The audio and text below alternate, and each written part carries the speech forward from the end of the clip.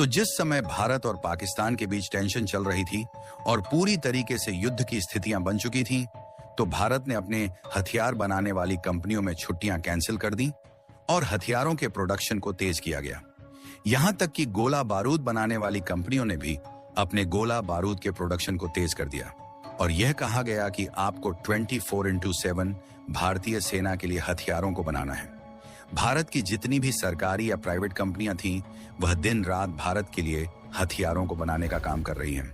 और इसके साथ ही भारत को जो अपग्रेडेशन चाहिए, जिसके लिए विदेश से अप्रूवल लेना पड़ता है, उसके लिए भी समय रहते भारत ने उन देशों को प्रपोजल भेज दिया था जिनका हथियार हम लोग लेते हैं।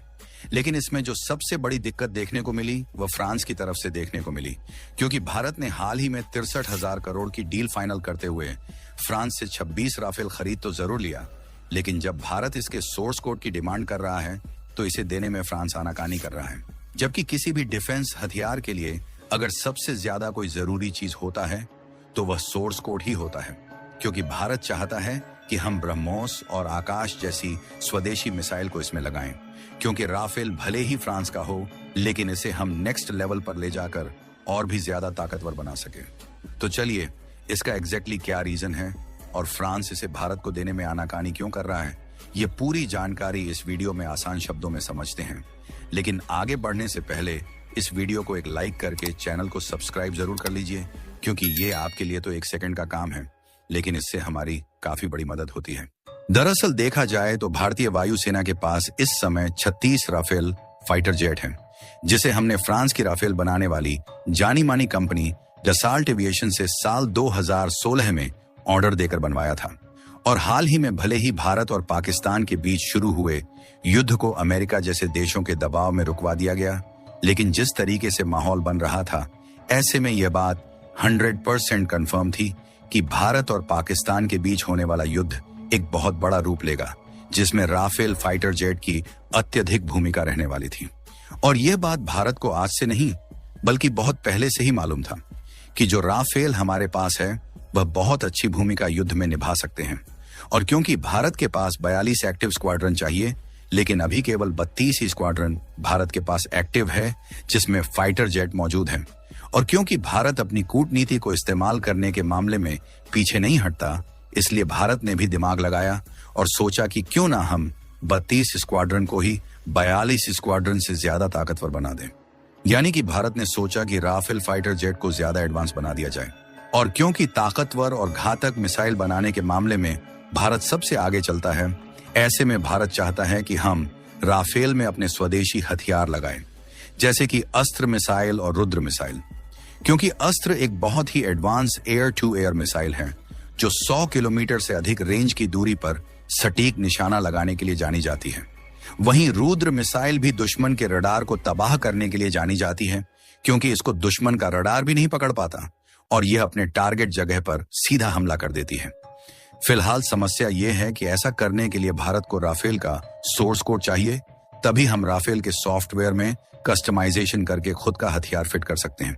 लेकिन जब भारत राफेल बनाने वाली डसॉल्ट एविएशन से सोर्स कोड की डिमांड कर रहा है, तो यह कंपनी भारत को यह क्रिटिकल टेक्नोलॉजी देने से सीधा सीधा मना कर रही है। दरअसल राफेल का सोर्स कोड उसके लिए एक प्रकार से दिमाग होता है, जो उसमें लगे सभी डिफेंस हथियारों के वर्किंग सिस्टम को कंट्रोल करता है, जो यह निर्धारित करता है कि हथियार कैसे काम करेगा, जैसे कि टारगेट को ट्रैक करना, फायर करना, रूटिंग सिस्टम को कंट्रोल करना और अन्य महत्वपूर्ण कार्य करना।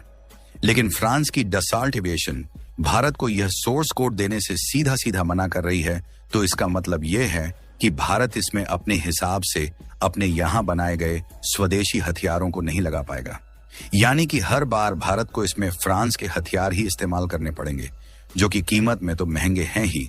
लेकिन भारत के लिए जरूरत के हिसाब से फिट नहीं बैठते। अगर आप कारण जानेंगे कि फ्रांस भारत को क्यों नहीं दे रहा है, तो एक पल के लिए आप भी सोचने पर मजबूर हो जाएंगे कि फ्रांस इतनी बड़ी सोच लेकर आगे बढ़ रहा है। तो देखिए, यहाँ राफेल बनाने वाली फ्रांसीसी कंपनी का कहना है कि उसने सालों की मेहनत के बाद सोर्स कोड तैयार किया है। इसके रिसर्च एंड डेवलपमेंट में कंपनी ने पानी की तरह पैसे बहाए हैं और फिर radar, flight control system, electronic warfare के लिए एल्गोरिथम बनाया गया है। यानी कि इस तरीके से भारत के सामने इन बातों को उनके द्वारा रखने का मतलब ये है, ये अपना सोर्स कोड भारत को देना तो जरूर चाहते हैं, लेकिन इसके लिए बहुत बड़ा पैसा भी चाहते हैं। लेकिन हैरानी की बात यह है कि केवल यही एक रीजन नहीं है जिसके लिए फ्रांस भारत को सोर्स कोड देने में आनाकानी कर रहा है, बल्कि इसका मेन रीजन ये है कि फिलहाल के समय डसॉल्ट एविएशन की ही एक सहयोगी कंपनी है MBDA, जो कि मिका मिसाइल बनाती है। इसी मिसाइल का उपयोग राफेल में किया जाता है।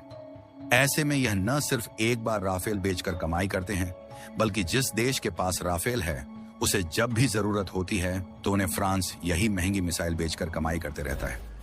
लेकिन इनको डर है कि अगर ये भारत को सोर्स कोड दे देंगे तो भारत तो अपने राफेल में अस्त्र और बाकी के स्वदेशी मिसाइल को लगाएगा ही, साथ ही फ्रांस ने अपने राफेल को मिस्र, इंडोनेशिया, UAE और कतर जैसे देशों में बेचा है, जिसके कारण ये देश भी फ्रांसीसी कंपनी से ही मिसाइल खरीदते हैं और इस तरीके से फ्रांस की मोटी मोटी कमाई होती है। लेकिन जब भारत को यह सोर्स कोड देंगे तो बाकी के देश भी इसी सोर्स कोड की डिमांड करेंगे और इन्हें पैसा लेने के बाद सोर्स कोड देना पड़ेगा। और अगर फ्रांस की कंपनी ऐसा करती है तो कतर, UAE और इंडोनेशिया जैसे देश भी नाम मात्र के लिए फ्रांस की मिसाइल को इस्तेमाल के लिए अपने पास रखेंगे,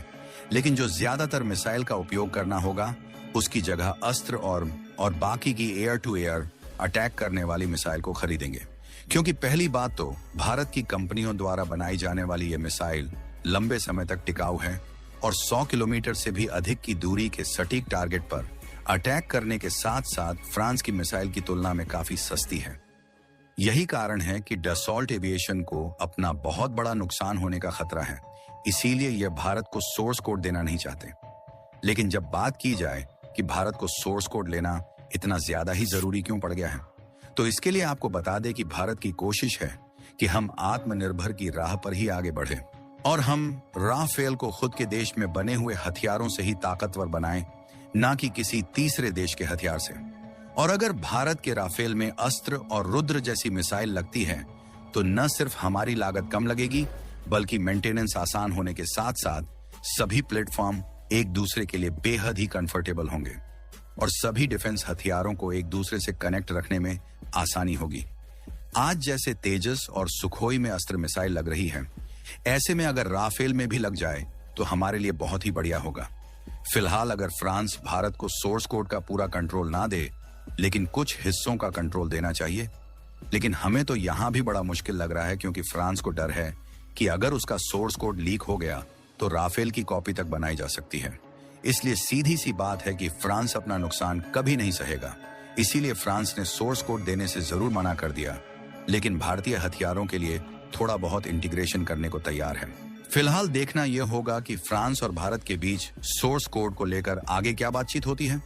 बाकी आपको क्या लगता है कि फ्रांस के द्वारा सोर्स कोड शेयर ना करने का रीजन क्या रहा होगा? कमेंट बॉक्स में जरूर बताएं